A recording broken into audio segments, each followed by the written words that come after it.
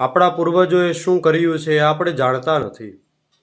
આપણા પૂર્વજો એટલે કે મહારાણા પ્રતાપ, વીર શિવાજી, રાણી લક્ષ્મીબાઈ, બાજીરાવ પેશવા, આવા વીર યોદ્ધાઓએ કેટલી વીરતાથી ને બલિદાનો આપ્યા છે.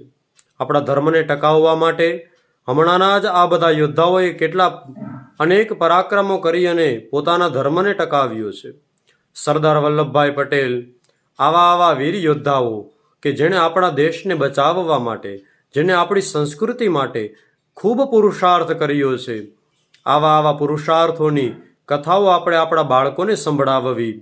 ભગવાન શ્રી રામ અને શ્રી કૃષ્ણની કથા તો સાંભળવી જ જોઈએ, પરંતુ આપણા જે વીર યોદ્ધાઓ થઈ ગયા, જે ભગવાનના ભક્તો થઈ ગયા, જે વીર રાજાઓ થઈ ગયા, એની પણ કથાઓ સાંભળવી ખૂબ જરૂરી છે.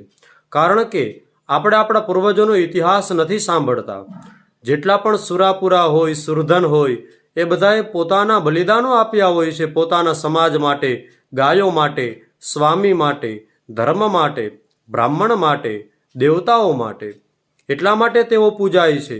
આપણે ત્યાં ખાંભીએ જઈને દર્શન કરીએ, પગે લાગીએ, શ્રદ્ધાથી ને શ્રીફળ વધેરીએ, પરંતુ જ્યાં સુધી તેનો ઇતિહાસ આપણને ખબર ન હોય, ત્યાં લગી આપણને ગર્વ ન થાય, ત્યાં લગી આપણને પણ કંઈક સારું કરવાની ઈચ્છા નથી આવતી.